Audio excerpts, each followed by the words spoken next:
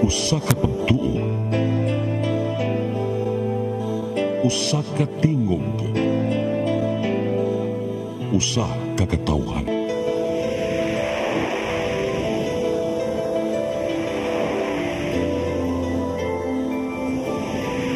Cebu Catholic Television Network.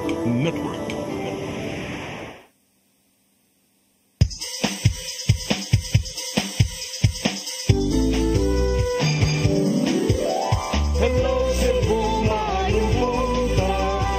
Nagsunta ang kahayag nga nagsulit sa matuod, kadagan sa panghita po.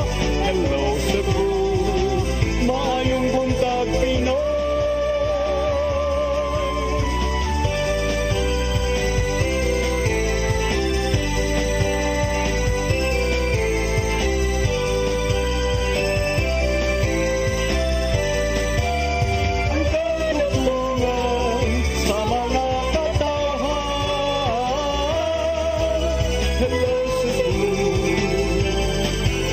Hello Cebu, maayong buntag Pinoy. Maayong buntag Pinoy. Maayong buntag Pinoy.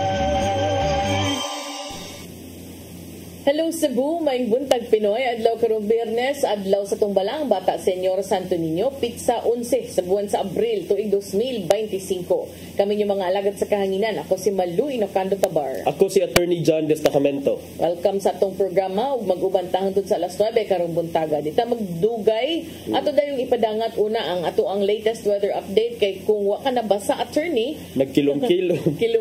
kilom-kilom pa sa inyo ha. Kilom-kilom sa amua pero ang daan mo Uwan na sa amua padung diri from Mandaue to the city. So atong susihon no sa atong lakat sa kahimtang sa panahon ikis pag-asa maktan. Ms. Janina Marta, good morning. Good morning, Mama Lu ug Attorney John. Og sa atong mga sugintig paminaw mo na itong latest update bahin sa kahimtang sa atong panahon karong adlaw. Intertropical Convergence Zone o ITCZ mao nakapektar diha sa may Mindanao. Samtang easterlies ang init na hangin gikan sa dagat Pasipiko ang nagpasalabi karon sa nahabiling bahin sa atong nasod. Ug tungod sa ITCZ ang Eastern Visayas kay makasanati og madag-umon kalangitan, inubanan aning mga katag-katag nga pag-uwan, pagpanugtog og kilat.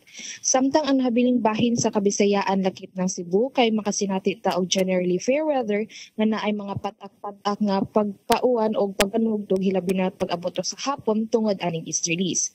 Karon wala tay gihasaka or active na gale warning maong ang tibukas Bisayaan kay makasinati gihapon og hinay ngadto na sa kasarangan o paghuro sa hangin na magumikan sa silangan ngadto na sa amihanang silangan di nga atong kadagatan magpabiling malinawon ngadto na sa kasarangan ng mga pagbalod. Dinhi sa Cebu atong kadagatan kay motaob unyang alas 10:31 sa buntag ug muhunas kini unyang alas 4:39 sa hapon. Temperatura karong adlaw kay nasa 27 ngadto na sa 32 degrees centigrado ug bahin naman sa atong heat index sa mga sunod na adlaw expect gyapon tag between 38 to 39 degrees Celsius. Atong haring adlaw kay mosalop unya alas 5:55 sa hapon ug Philippine Standard Time kay alas 8:07 na. Og mo natong latest weather update gikan diri sa buhatan sa DWST Pag-asa Mactan. Kini si Janina Marte, mayong buntag og daghang salamat. Daghang salamat Ms. Janina Marte ug mayong buntag yung tanan din has Pag-asa Mactan. Karon arita sa ato ang front pages sa mga pamantalaang lokal ug nasyonal. Atong sugdan sa Sunstar Daily. Sa Sunstar Daily, Garcia slams Tulfo over restroom fee. Sa Super Balita, mihalok sa iyang crush na bilanggo. Sa The Freeman, extreme caution, intense heat expected during Holy Week. Sa Banat News, Kerwin gipusil samtang nangampanya didto sa Albuera, Leyte. Sa Philippine Daily Inquirer, Kesley third kidnap case in 5 weeks according to a group. Sa The Philippine Star, swift justice sought for slain trader and driver. Sa Manila Bulletin, Marcos says probe steel magnates kidnap slay.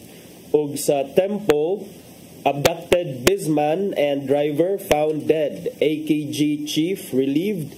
Probe team tapped to solve kidnap slay. Mao katong front pages sa mga pamantalaang lokal ug nasyonal. Sa among pagbalik ka maipadangat kaninyo mga balita nga nahipos ng kaubanan sa CCTN News and Public Affairs team.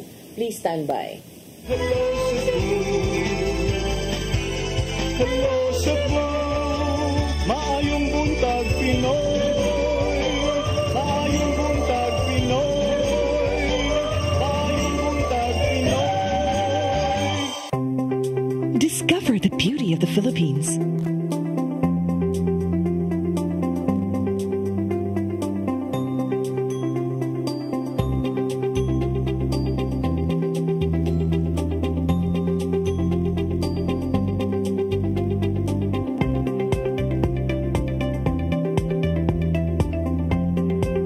With Philippine Airlines, the country's flag carrier.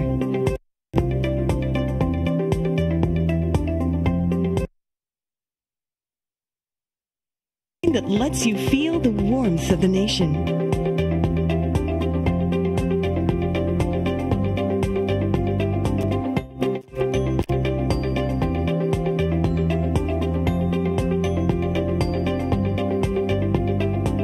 Mabuhay!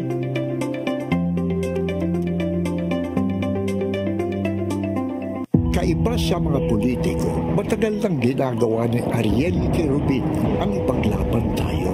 Kahit sariling buhay inaalay. Ngayon, iba ang laban. Pero tuloy ang misyon ni Ariel Querubin, ang ipaglaban tayo. Kung medalya ang sukatan at hindi pera, si Ariel Querubin ang ating bayani na karapat-dapat sa Senado. Pag may Ariel Querubin sa Senado, may bayani tayo sigurado.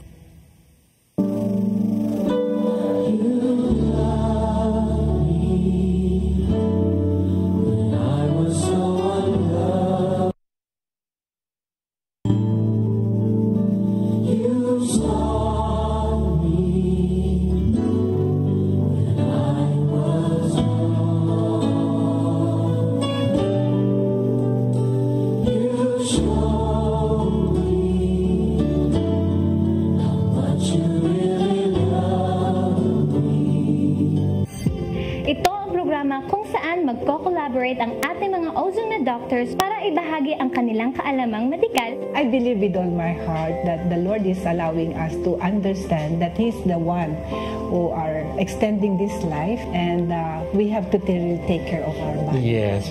Matag episode, among ipaambit ninyo ang mga healing testimonies. Every day, pag gising mo, iisip ko kung ilang taon na lang yung nakatagal ko, yung ganun. This is your path to a new start. OzoneMed Wellness Clinic New Start. Napapanood every Saturday, 8 to 9 a.m. Og ang replay airing matag Miyerkules, 1:00 hangtod 2:00 sa hapon. Dinhilang sa CCTN Channel 47.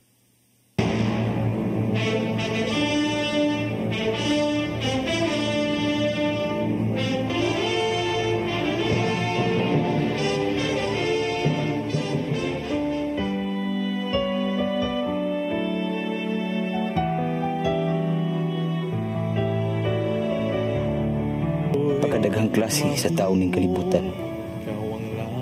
May dautan ug adunay mga maayong tao din misubay sa daan nga matarong. Sige pa! Sige pa! Tagbawang imong kagalingo sa pagtapalos na ko. Sa paa ko! Bastos yung kamanulti, ha? Ikaw nga nagtulis na ako. Ikaw pag yun ang nagtunggab sa akong anak. Kinsa ganito nga niya, padre? Masiguro ko nimo. Nakatong imong amigo nga si Rodel. Madugta gito sa prisuhan. Kevin!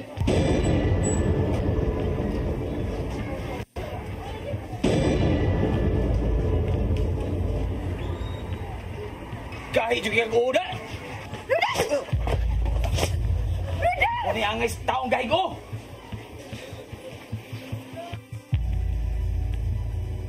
Ginoo, sa imong mga kamot, itugyan ko kanimo ang akong kinabuhi. Ikaw ang punuan, ugang ang sanga.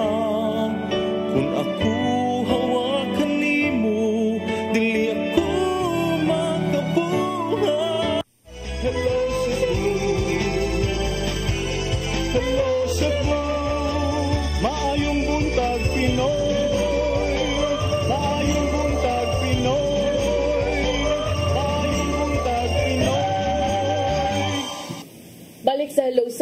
Maayong buntag Pinoy ug karon sa atong mga balita. Nagunas to mga balita karong buntaga, Malacañang adunay reaksyon sa sagunson nga show cause orders nga giluwatan sa COMELEC ngadto sa mga gingong nagbinastos nga mga kandidato. Mismo ang presidente sa nasod di makadawat sa maong binuhatan. Ang kasayuran ihatod ni Mary Rose Sagarino. Wala gyud gikalipay og dili makadawat si Presidente Ferdinand Bongbong Marcos Jr. sa giingong pagbinasto sa mga kandidato karong umaabot nga eleksyon tuig 2025. Kini mao'y gihulagway ni Palace Press Officer Undersecretary Claire Castro ato sa press briefing karong adlaw sa Malacañang. Matud ni Castro nga dili gyud makiangayon ang pagbinasto sa mga kandidato ngadto sa mga kababayen-an ug uban pang mga sektor. Dugang pa nga dili gyud angayang katawan ang mga sensitibong insidente sa usa ka tawo sama lang sa mga biktima sa pagpanglugos, pagpanghagad sa pagpakighilawas o guban pa. Maong gikasagmuyo kini sa palasyo tungod kay naanda naman sa ubang mga kandidato ang maong matang sa pagpanulti pinaagi sa usa ka diskurso. Hindi po dapat nagawing idolo ang mga ganitong klaseng tao. Hindi po dapat ito pamarisan. Hindi na po dapat ito pinapalakpakan. Kung nagawa ito dati at pinapalakpakan, hindi na po sa panganahon ng administrasyon ni Pangulong Marcos na dapat itong mangyari. Kaya ayon po sa Pangulo, hindi po katanggap-tanggap ang mga kandidatong ganito ang nagiging naratibo sa kanilang pangangampanya. Kiniusab ang reaksyon sa palasyo human giluwatan na og show cause order ang mga kandidato nga nagbuhat niini sukad sa nanglabay nga mga simana. Bisan pa man og strikto ang nahimong lakang sa COMELEC, pinaagi sa ilang task force safe, din likayan gyud nga pakagamyan sa uban ang mga natagamtaman sa marginalized sector. Dapat ipagpatuloy nila ang pag-promote ng respeto, ng integridad at ng truthfulness o katotohanan sa kanilang mga sinasabi habang sila ay nagbibigay ng kanilang mga pangako sa kanilang mga constituents at sa mga botante. Daan ang gikabalakaan sa Commission on Human Rights ang binuhatan sa maong mga kandidato, apil na ang pagpang-red tag sa ubang mga tao. Mary Rose Sagarino, CCTN News. Samtang voters information sheet na apod-apod na sa COMELEC Lapu-Lapu ngadto sa 13 ka mga barangay sa Dakbayan. Mga botante giawhag sa pagbasa aron magiyahan sa mga angayang buhaton sa adlaw mismo sa eleksyon. Ang kasayuran nihatod ni Crystal Joy Felerca. Naapod-apod na sa COMELEC Lapu-Lapu ngadto sa mga botante sa 13 ka mga barangay sa Dakbayan ang ilang voters information sheet. Matud ni Attorney Anjanet Lamban, ang COMELEC officer sa COMELEC Lapu-Lapu, nga sa mga voters information sheet nakasuwat ang mga official candidates ug numero niini sa balota. Gibutang na usab didto ang mga pahimang noogiya unsaon pagbotar karong Mayo 12. Nadawat sa COMELEC Lapu-Lapu ang voters information sheet ni adto lang Sabado, Abril 5. Pagka Abril 8, una nilang giapod-apod ang voters information sheet sa Barangay Kalawisan ug Barangay Punta Inganyo.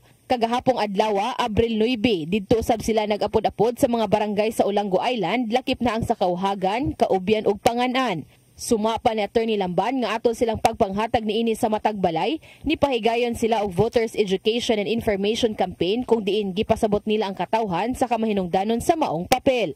Giawhag niya ang tanan mga botante sa pagdawat niini ug ila kining basahon aron nga makahibaw na sila sa ilang angayan buhaton atol sa adlaw sa piniliay.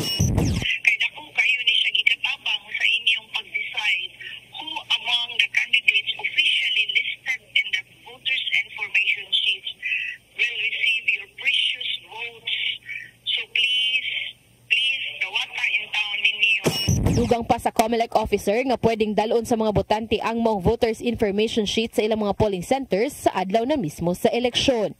Crystal Joy Felerca, CCTN News.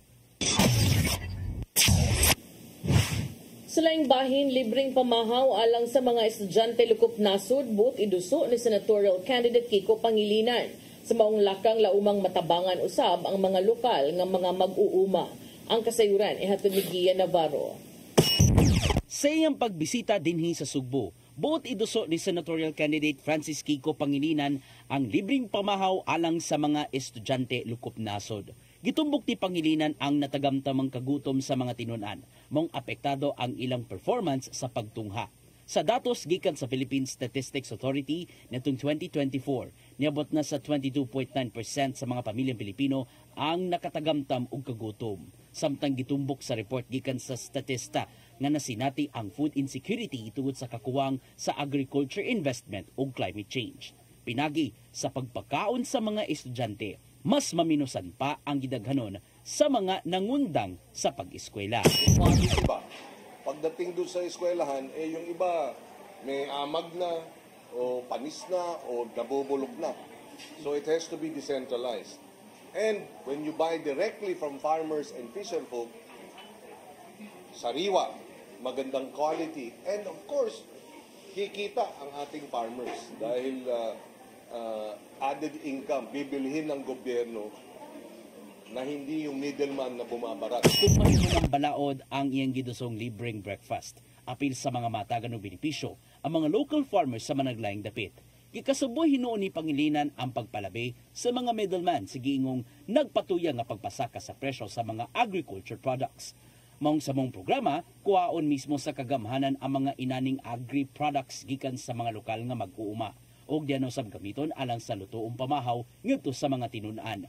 Agriculture country tayo. Bakit? Napakayaman ang ating yamang dagat. Pero ang nangyayari, import pa tayo ng import ng isda. Na sa totoo lang, mga balikbayan ang tawag doon. Kasi galing dito yun, kinuha ng China, tapos binalik sa atin. Inimport natin sa kanila. Diba? Tawag doon, balikbayan. Nasabdali noon ni Pangilinan ang pagkwestiyon sa ubang mga tao bahin sa iduso niya nga programa kung ugaling makalampos siya karong eleksyon. Gikuyugan si Pangilinan sa pipila ka mga local officials din sa Sugbo at tuloy siyang pagpangampanya din sa Sugbo karong adlaw. Gian Navarro, CCTN News. Sa laing balita, kapulisan sa syudad sa Sugbo gimanduan nga ipatigbabaw ang kahapsay ug kalinaw karong Semana Santa. Apil sa ilang tutukan ang mga simbahan, mga suroyanan ug mga lugar nga makadapit og atensyon sa mga badlungon nga mopahimo sa mga balaang adlaw. Ang kasayuran ni hatod ni Crystal Joy Filerca. Nakikita si Mayor Raymond Alvin Garcia sa mga sakop sa Cebu City Police Office aron pangandaman ang mga lakang karong umaabot nga Semana Santa. Gimanduan ni Garcia ang mga pulis nga pakusgan pa ang presensya sa mga pulis ngadto sa kadalanan ingon man sa mga terminal ug pantalan. Ilabi na nga gilauman nga modag sa ang mga pasahero paingon sa nagkadayeng dapit sa nasod aron mo bakasyon og mamalandong sunod semana. Gitahasan ni Garcia ang mga kadagkuan nga kung mahimo likayan ang managlahing mga krimen. Ilabi na gyud ngadto sa mga kabalayan. Mahinungdanon hinuon alang sa iyaha ang mobility sa mga pulis aron masulbad kung adunay mga insidente sa gawas. We will inspect the areas na asa gyud ang mga tao nga modag sa particularly ports and terminals within the jurisdiction of the city of Cebu. Sa habig usab sa kapulisan, bantayan usab nila ang mga religious activities sa managlahing simbahan sa syudad. Maong i-deploy usab nila ang tanang mga sakop sa simbahan ug sa ubang pampublikong dapit sunod semana. Samtang apil sa ilang bantayan mao ang mga abanganan ug boarding houses aron kalikayan ang mga insidente sa kawat. Kini aron masubay ug hayan masunod ang nahimong mando sa mayor. Sa among gitutukan karon ang observance sa Semana Santa, especially ito mga churches and other areas na adunay religious activities, and as well kaning mga mabakante nga mga abanganan sa mga boarding houses and the likes para maminusan ang incident sa mga kawat and similar crimes against people. Crystal Joy Filerca, CCTN News. Sa atong katapusang balita, vandalism sa Mandaue City Heritage Park gikabalakan sa usa ka opisyal. Kini gustong ipaimbestigar o posibleng pasakaag kaso ang responsable. Ang kasayuran ihatod ni Mary Rose Sagarino. Gikaalarma ni Mandaue City Vice Mayor Nerissa Son Ruiz ang vandalism sa City Heritage Plaza diin na sabligan og itom nga pintal ang sensor-activated light. Gikabalakan sa Vice Mayor ang nahimong kadaot sa city property. Nagsugod ang paghugaw sa sensor tiles human sa pag-vandalize sa usa ka campaign tarpaulin. Matod sa Vice Mayor nga dili na niya ilakip ang vandalism sa ilang political material tungod matod pa komuna kini panahon sa eleksyon. Apan iyang gikabalakan nga posibleng buhaton usab kini sa ubang lugar sa syudad. We should not take these things for granted. I would like to protect the people of Mandawi. I would like to protect the City Hall. Gusto ko nga, why magbinuang sa City Hall, sa building sa City Hall. Kung ato ning itolerate, ingon lang ani, what if sunod buntag, hugaw na kayo, puno og bandal ang atong City Hall, di ba? Ang sensor-activated light lakip sa minilyon nga beautification sa Heritage Park isip pagpangandam sa umaabot nga pista sa syudad sa Mayo 8. Ang sensor light musiga kung tumban o gadunay managlahi nga kolor. Sa iyang bahin, si Engineer Marivec Cabegas, ang pangu sa City Engineering Office nga nagduma sa proyekto miingon nga nangita sila og paagi aron malimpyuhan og mabalik sa naandan ang apektadong bahin sa plaza. Kung saan na ito pagka-clean up kay di pwede nga mingon ko nga ako ipa-address na ito sa contractor itself, no? So we have to clean it up, kulay check saon. Kay wala jud tay kasulti nga ini other ha. Na nakalitan na sa kuan ni. Matod sa Vice Mayor nga sa higayon nga mailhan ang responsable sa paglabay sa pintura, nagplano siya nga mopasaka og kaso sa National Bureau of Investigation kun NBI. Sa usa ka CCTV footage, makita ang usa ka individual nga nagmotor nga nikalit lang og naog sa iyang sakyanan og ning labay sa pintura. Mary Rose Sagarino, CCTN News. Mga katong mga balita nga naghipos itong kaubanan sa CCTN News and Public Affairs Team. Katong nakita kagapon sa mga balita sa Sairi 47. O niya, napamtega may oras attorney ato sa ning daginuton, mong paluksan sa natong usak buok. Una, minimo biyaan. Yes. Tungod kay kagahapon na medyo naukay, no, ang social media o ang Leyte, tungod kay ang katong self-confessed drug lord nga bag-o pa ni tingo gani kabahin sa kining ICC nga pagkasikop ni Presidente Rodrigo Roa Duterte, kagahapon gipusil ni samtang nangampanya dito sa iyang pagpapili pagka-mayor dito sa Leyte, no? So gawas ni Kerwin Espinosa doon na pa'y duha matud pa nga naangol sa maong pagpamusil. Apan sa latest natong nasayran nga luwas na sa delikadong kahimtang ang mo na lang gyud ang title termino self-confessed drug lord ug mayoralty candidate sa Albuera Leyte nga si Roland Kerwin Espinosa human kini gipusil sa wa pa mailhing mga mamumuno samtang nangampanya. Nagtabo ang pagpamusil dito sa sud sa gymnasium sa barangay Tinag-an. Ug unya na samdan si Espinosa sa iyahang kilid nino niya gidang adto sa Tambalanan sa Ormoc City. Base sa report na sayran nga naglingkod ni si Espinosa samtang nagpaabot sa iyang turno nga mo diskurso sa dihang gipusil kini. Base sa initial nga investigasyon na sayran nga posible kuno nga kanang ni igo gani sa kisame. O so sa ricochet. Working on ana ricochet. Working on ana ang hitabo na di pa man sa confirmed kay initial investigation pa man ni. So gikumpirma sa kapulisan nga sa samdan sa maong pagpamusil ang duha pa ka mga biktima lakip na ang sa kaminor de edad. Unya gi padayon pa ning giimbestigar kahapon lang medyo moy ka nang naukay ang mga tao, no? Samtang nangampanya ka dito niya. Ano kaha og unsa kaha kay lahi sa baya. High profile sa biya ning tawhana. Yes, because si Kerwin Espinosa mo ni siya anak ato ni Rolando Espinosa Sr. nga Mayor of Albuera Leyte nga napasinginlan sad nga involved sa illegal nga drogas, na priso unya dito namatay sud mismo sa prisuhan sa Abuyog. Kay ni Sukol nakigpinusilay pero at that time why CCTV? Guba. Guba ang CCTV. So ang kaning nahitabo ni Kerwin Jr. Kerwin is the junior man. Okay. Kuan ha? Hayag ha kaniyo makita sa video. Kay alas 4 pa biya sa hapon dito sa covered court.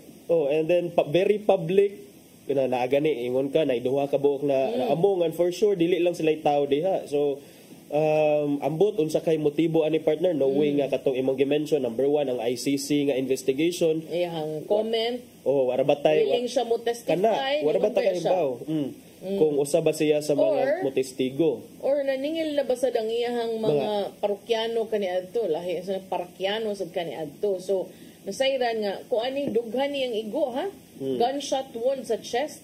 Unya nagpakita kagahapon videos ug mga pictures nga naidugo samad ibabaw sa iyahang dughan duol sa iyahang right nga abaga, sa iyang tuo nga abaga. So obserbaran ni. Pero karon ang latest nga luwas na kuno sa delikadong kahimtang. Iobserbaran lang gyud sad kay kanabiyang dapita diha na yung mga critical organs no. Duol sad kuno sa iyahang baga. So naigo babae teenager dito sa lugar nya gidasad sa lahi nga tambalanan. So duol kuno ni atubangan kuno. Duol kuno kaayo ang gunman. Musil. Nya naman ta ni security detail si Espinosa. Pero ganahan manggug ko ni siya nga magpadistansya lang ang iyang mga bodyguard. So nakahigayon sa itong mamusil sa pagpahigayon sa iyang plano. So naipahigayon din og manhunt ang kapulisan human sa insidente, nag-hot pursuit apan mapay na ilhan nga mga suspetsado sa pagkakaron. Ang COMELEC sad partner sa ilang bahin kay of course because kini siya kandidato ni siya pagka mayor no. Mayoral candidate dito sa Albuera. So yung papa mayor sa tubig.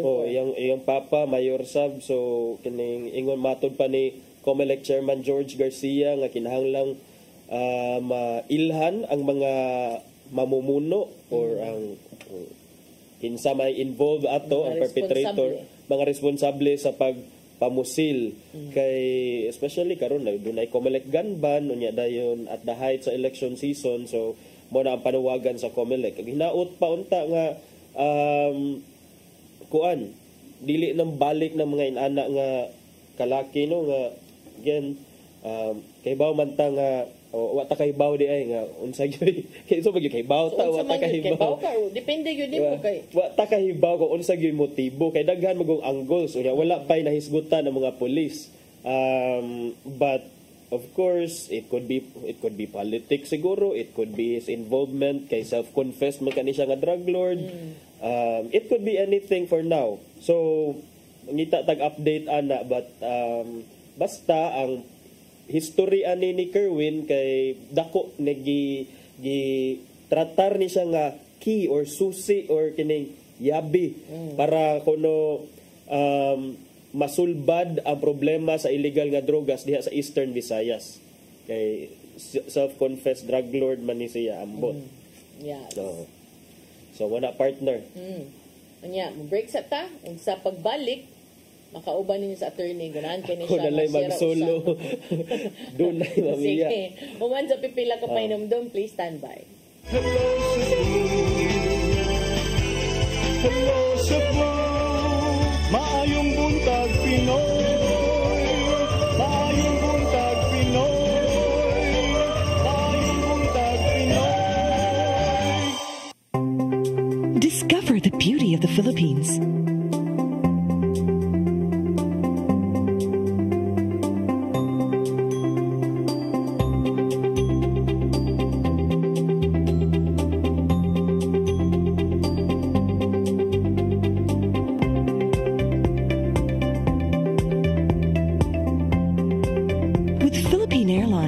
Country's flag carrier.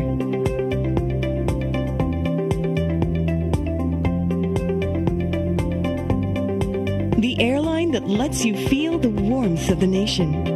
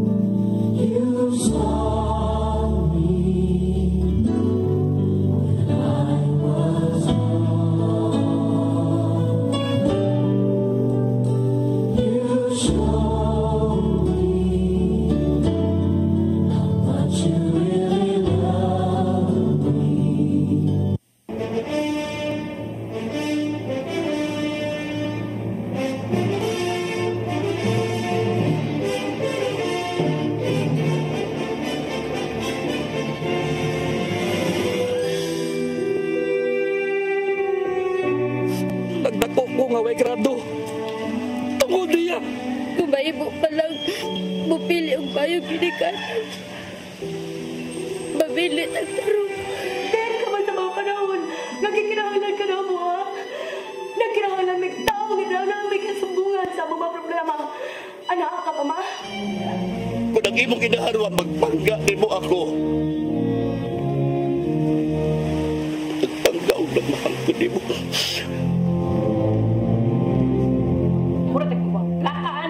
Sige balik, nagdigusyo ko, arang ibuhi ninyo, nangita ko sa akong anak, bla bla bla, buisit! Ngano? Siya rin anak ni mo? Ako, si ate! Di ba ni mo anak? Diyos ko, nabangi ko. Masaya ako nabuha sa akong anak. Lord, lead me by the hand and make me face the rising sun. Comfort me through all the pain that life may bring.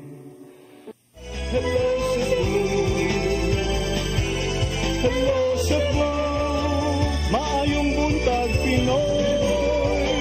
Maayong buntag Pinoy. Maayong buntag Pinoy.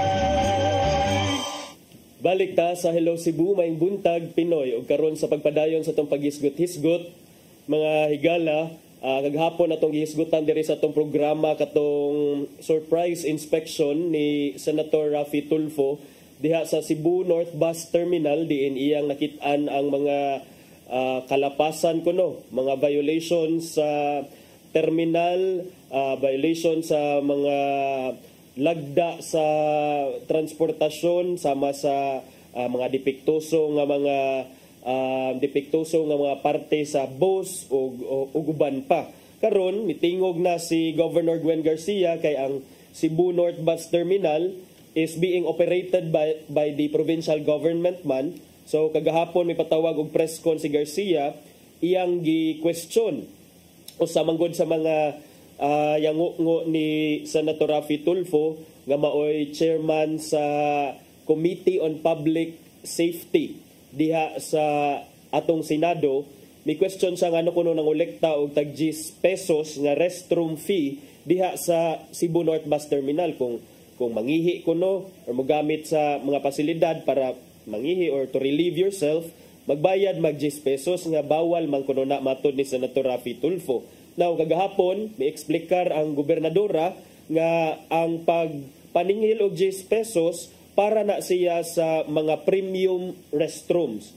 Pasabot sa premium restrooms kay kaning mga restrooms dili ni katong mga regular or normal restrooms lang kuan nga kining unsa dili ni mga normal nga pansayan lang sama atong before nga mga portalets lang and all.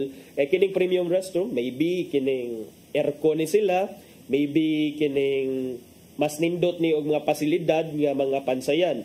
Kaning premium restrooms matud pa gi-operate ni siya sa Mr. Lou Philippines diha mismo sulod sa Cebu North Bus Terminal nga gi-manage pod sa provincial government on a privately owned compound diha duol sa usa ka dako nga mall sa North Reclamation Area. Niadtong Disyembre 20, 2023 ang probinsya sa Sugbo kauban ang Mr. Lou Philippines form ni sila og public-private partnership aron ma-develop ka ng mga pansayan.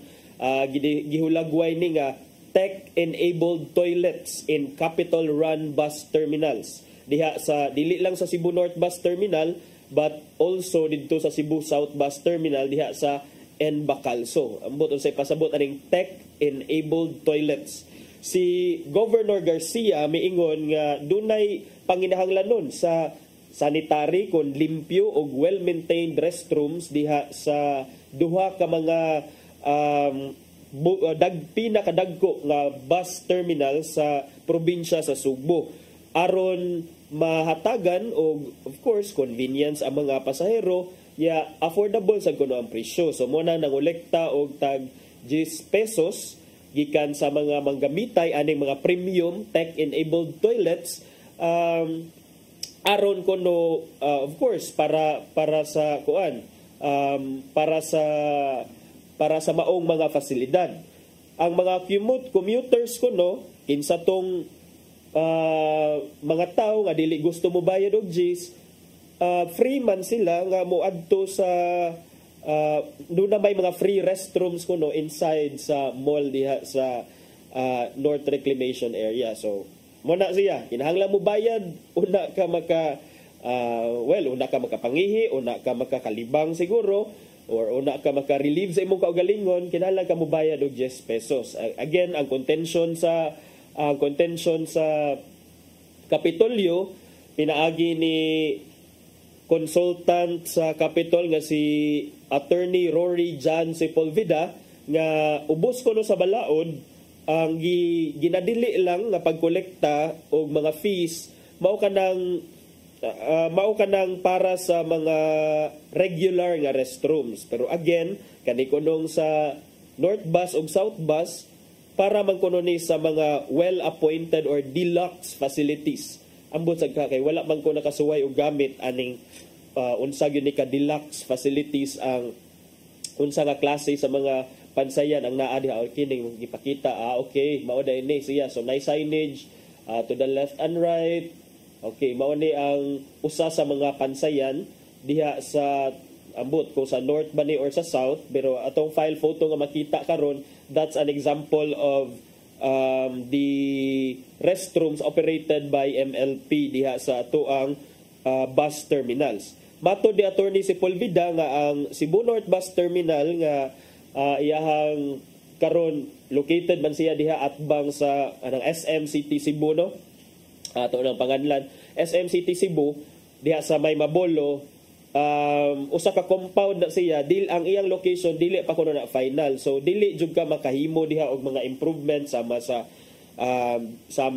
for example maghimo jud ka kaugalingon nga CR nga funded by the government yun nga libre, because ang parking space kuno diha under man na siya sa usufruct agreement with SM Prime Holdings. So because it's a usufruct agreement, ang pasabot ana ang luna dili gitag-iya, dili pa nag-iya sa Kapitolyo, kundi gipagamit lang under an agreement with SM City Cebu. Matod ni Sepulveda nga ang mga portable toilets kaniadto kay before aning ni enter sa picture kining MLP or katong operator Mr. Lu Philippines nga maoy operator ani mga deluxe nga restrooms, o gamit man og mga portable toilets kana bitaw blue ang kolor nga musud na kadidto. Anang panahon sa sinulog ba nga mga portalets blue ang kolor, kung kaihion ka musud lang kadidto, mura na siya mobile nga toilet. So before mao na ang gigamit niya, karon dili na kana kay naa na may Mr. Lu Philippines nga operated nga mga restrooms. So eventually when MLP came into the picture, ang mga portable toilets gipangtangtang to sila, gipanguha because naa na may sanitary facility kuno ang MLP. Pero mao lagi na magbayad sad ka og 10 pesos. Si Senator Raffy Tulfo atong kahinumduman nga sa miaging semana, pero kagahapon na ni siya na nagsugod-sugod og buto diya sa social media ang iyang pictures, ang iyang mga video, kabahin sa iyang surprise inspection sa CNBT. In fairness, dili ra sad ni ang mga terminal sa Sugbo ang iyahang gipang-inspect, kay lukop nasod kuno ni nga surprise inspection para mahibaw-an niya kung unsa gyud estado sa mga bus terminals dinhi sa tong nasod. Matod ni Tulfo, dunay ubay-ubay nga safety regulation violations ang mga bus operators nga makapabutang sa risgo sa kinabuhi sa mga pasahero human sa iyang inspeksyon. Mao na iyang nakitaan. Iya sang gisaway ang kakuwang sa push carts kuno og non-functioning nga ceiling fans. Diha kuno sa North Bus Terminal na mga ceiling fan pero ako no nag-andar. Dunay mga wala sang kuno'y push carts matod pa niya ang ang gi-question sad niya kining legalidad sa pag-impose og 10 pesos nga fee sa paggamit og mga CR or restrooms, and even threatened an employee managing the restroom saying nga mamahimo siyang tangtangan sa iyang trabaho for collecting those fees from passengers. Apan sa iyang bahin, si Governor Gwen Garcia, mga ni, ipaandar nila ang ceiling fan pero dili ko no mo andar. Sa iyang bahin, si Governor Garcia miingon nga dapat unta to before nagpagawas og mga picture, nagpagawas og statement si Senator Tulfo, iya unta sang gi-verify kuno ang information about sa terminal sa wa pa siya ni bisita. Kay matud pa ingon siya nga ingon ni Governor nga ganahan kaayo na siya mo pusing-pusing kay mauna iyang style, pero we are public officials. We have responsibilities to conduct ourselves in proper manner. Sa pangangkon ni Tulfo nga duna kunoy kakuwangan sa pushcarts ya sa Cebu North Bus Terminal, siya nga anong naawon may pushcart nga mato ni Governor Gwen nga anong kinahanglan mag pushcart nga waan may naninda dire, waan may gipang tinda. Di ba?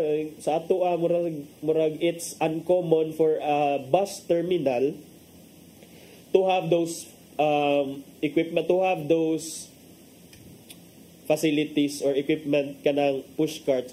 Usually ang pushcarts makita nato dito sa kining kuan airport, pero sa bus terminal medyo dili kay siya common. So passenger bus terminal man na unsa may pushcart buot niya ipasabot matud ni Governor Gwen Garcia. Nya sa mga non-functioning sad nga mga ceiling fan diha sa North Bus Terminal, matud sa gobernadora nga ang National Building Code wala ni nag-require og ventilation system kung open air siya. Naara ba sa gawas sa open air ba to? Na siya dili man siya closed nga space para kinahanglan jud i-require ang ceiling fan. Pero kung dili required ang ceiling fan, anong tauran man sa siya ceiling fan, wa na lang sa dunta to kay dili man ka siya required in the first place. So nganong gitbutangan man na, then might as well dapat magbutang ka na sa functioning na lang sad siguro. So ang kagamhanan sa probinsya provide ni og mga fans, ceiling fans as extra measure kuno an open air passenger waiting area. Okay. Now, mauna ang nakit-an sa mauna ang tubag ni Governor Gwen Garcia kabahin sa mga pasangil ni Senador Raffy Tulfo human sa iyang pag-inspeksyon sa estado sa Cebu North Bus Terminal. Apan inaot sa unta nga ang katong dili lang ang kagamhanan sa Sugbo, no, even katong mga bus operators kay parehaan ni kitaan nga dunay karaan or kining fire extinguisher pero puno sa abog nya didto ra gibutang sa likod sa driver basin kunog ang driver ay masalbar kung dunay fire, ang ubang pasahero basig dili na masalbar kung dunay sunog, mahitabo simbako lang sud sa mga bus. So kana kinahanglan siguro nga patubagon ang bus management, especially nga duna say mga defects nga nakita ang CCTV sa mga bus dili mo function, ang mga bintana guba, ang katong fire extinguishers nga karaan dugay na kaayo murag outdated na, nay uban dunay problema sa ligid. Well, ang uban hinoon nakapasar man pero dunay joy mga units sa kit-an si Senador Tulfo nga matud pa depektoso. So again, this should not be taken lightly because public transport, ang atong public transportation system is imbued with, of course, public interest because a lot of us travel, a lot of us don't have cars, a lot of us don't have private mode of transportation, wala tayong mga auto, wala tayong mga sakyanan, so mag-rely ta sa public transport para makaadto ta sa atong mga destinasyon. Unsaon man nato pag abot didto safely kung gubaon sa natong mga nasakyan. And then ako mismo katong naka-experience ko og sakay aning mga bus kay ako taga probinsya man sad ko, mag-ulian man ko dito sa norte sa among lungsod sa Medellin, naka-experience ako first hand aning especially kining mga batasan bitaw sa konduktor o driver nga bisag puno na ang ilahang bus, bisag puno na ilang sakyanan, ila gihapon didtong sige gihapon sila og pang fetch og mga pasahero. Ingon pa nagibadaghan pa kay dire nya dayon ig ticket sa imo ha, pareha ra kag mabayran sa naglingkod og ikaw nga nagbarog. So kana ba unfair lang kaayo. May unta nga total dili man na ikaw ra ang nagbiyahe dili man ikaw ra nagbiyahe diha nga bus. Anang rutaha daghan man, so ihatag na lang sa lain ang bus. Ang uban kay na mga senior citizens in town because nagdali pod, they end up magbarog na lang so sa bus nya. Of course lagyo ra ba ni ang ilahang adtuan, so sahay mo lanat og tag 2 hours 3 hours ilang pagbarog. So this is not the kind of public transportation system we envision to have there sa Pilipinas, no? So kaning mga pag-inspeksyon ni Senator Raffy Tulfo, for all its worth, of course, kay bauta nga for all its worth, hopefully this something fruitful will come out aning iya mga pag-inspeksyon. Okay. So mauna ang latest sa panagtubag nila ni Senator Raffy Tulfo o ni Governor Gwen Garcia. Nya arita sa laing isgutanan kay naapamantay lain nga napamantay igong oras ang duna say lain nga report nga ang kini kunong asylum bid ni Harry Roque may be at risk due to pulburon video allegations. So may pulburon video allegations. Human ang usa ka vlogger mi akusar kang former presidential spokesperson Harry Roque nga nagpasiatab kuno o nagpakailap og pulburon video. Usa ka leader diha sa House of Representatives may warning ni siya kagahapon nga kani kunong bag-o nga pulburon video may undermine the asylum bid ni Harry Roque dito sa Netherlands. Kay atong kainomduman di ba si Harry Roque duna man ni siya mga human trafficking charges nga giatubang dinhi sa atoa naa pa sa piskalya naa sa DOJ ang iyahang kaso human trafficking, kabahin kini sa iyahang alleged involvement diha sa pogo operations, illegal pogo operations dinhi sa atoa. So karon si Senator Harry Roque nangayo kini siya og gusto ni siya mag-apply og asylum. Kung pasabot sa asylum moadto ka sa laing nasod, adto ka mangayo og pakitabang sa ilaha, adto ka murag mangayo og refuge or shelter sa laing nasod because ang imuhang kaugalingon nga nasod murag gitakwil na ka. Pero kana siya will only work kung ang pagtakwil sa imuha gi-persecute ka for no reason. Okay? But kung ginahanglan imuhang presensya diri sa imuhang kaugalingon nga nasod because naa kay tubagunon nga kaso, well, that's a different thing. Now, si Roque, miingon dito sa usa ka Facebook live stream nga si vlogger Pebbles Cunanan sworn statement claiming he spread a deep fake video of President Marcos Jr. using cocaine could strengthen his case for political persecution in his asylum application. However, si Representative Zia Alonto Adyong miingon ni siya niadtong kagahapon nga he believes nga it would have the opposite effect. Well, I don't think, that's his defense, but I don't think the messaging, the information that the revelation of Ms. Pebbles would add on to his defense or his application for asylum. Yeah. Sa side sa palasyo, gi-question man ni kung unsay move sa palasyo kay di man ka ang pangangkon nga si Harry Roque kuno ang nag-spread og deep fake video of President Marcos, or Roque said that the vlogger Pebbles Cunanan sworn statement claiming he spread the deep fake video of President Bongbong Marcos. Deep fake video, marag false fake video ba? Nga si Presidente Bongbong Marcos kuno tigabitan og cocaine mao na ang content. Mao na nga nakaingon si Representative Adyong that revelation of Miss Pebbles would add on to his defense or his application for asylum. He doesn't think so. Matod ni Congressman Adyong, ang aligasyon ni Roque attempting to destabilize the government could harm his asylum application. So si Cunanan sa iyang affidavit to the House Tri-Committee's inquiry kabahin sa disinformation o misinformation diha sa social media, nangangkon nga she recalls a private dinner dito sa Hong Kong kuno where si Roque said he was skilled at overthrowing the government. So this remark followed alleged discussions of the Pulveron video and how it should be circulated online. Si Adyong also responded to Roque's claim nga ang Tri-Committee's hearing kuno is scripted. Mato ni Adyong dili na scripted. Both resource persons and lawmakers must be well prepared before attending. This doesn't mean it's scripted. So, mao na. Tanaw na to kung unsay samputanan aning bag-o nga ni surface nga Pulveron video accusing Harry Roque of all these things.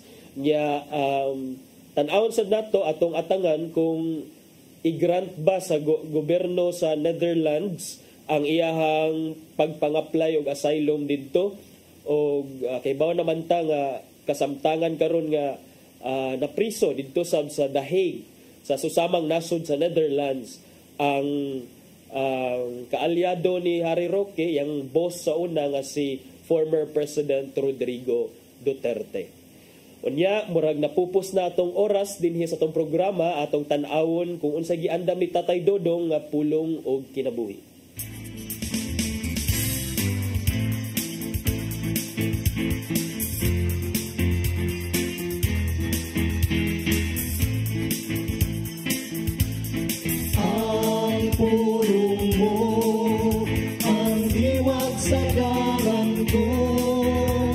Nganong kinanglan man nga musalig sa Ginoo.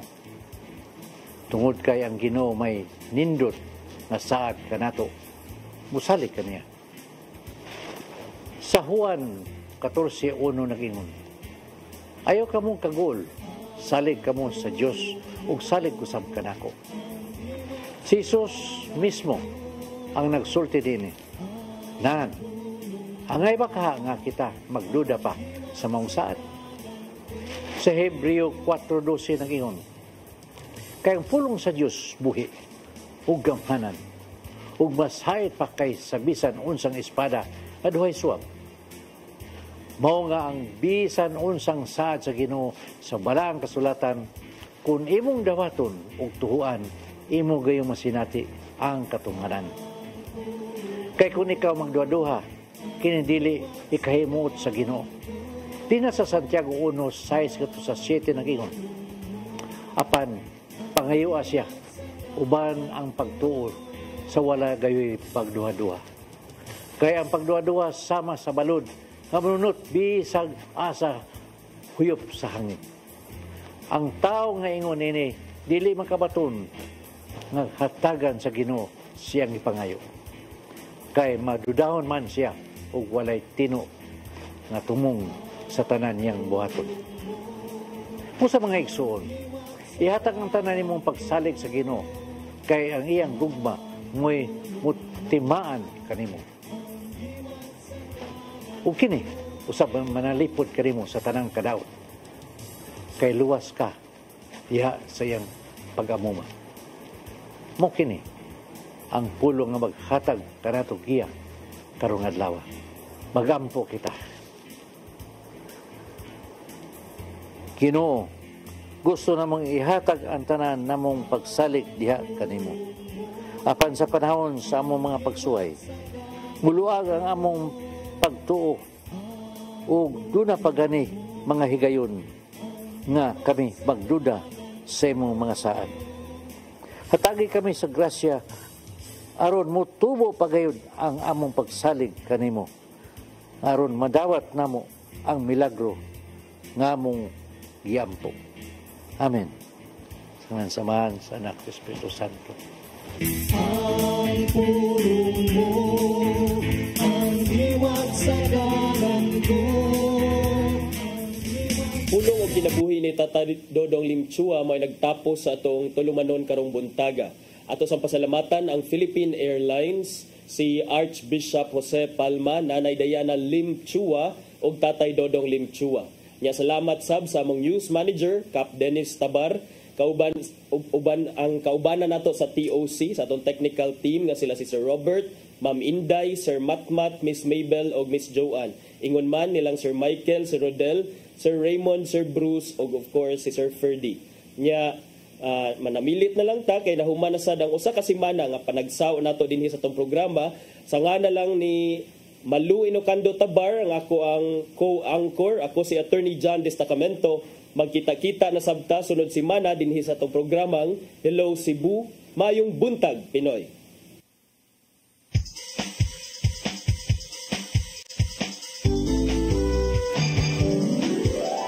Hello Cebu,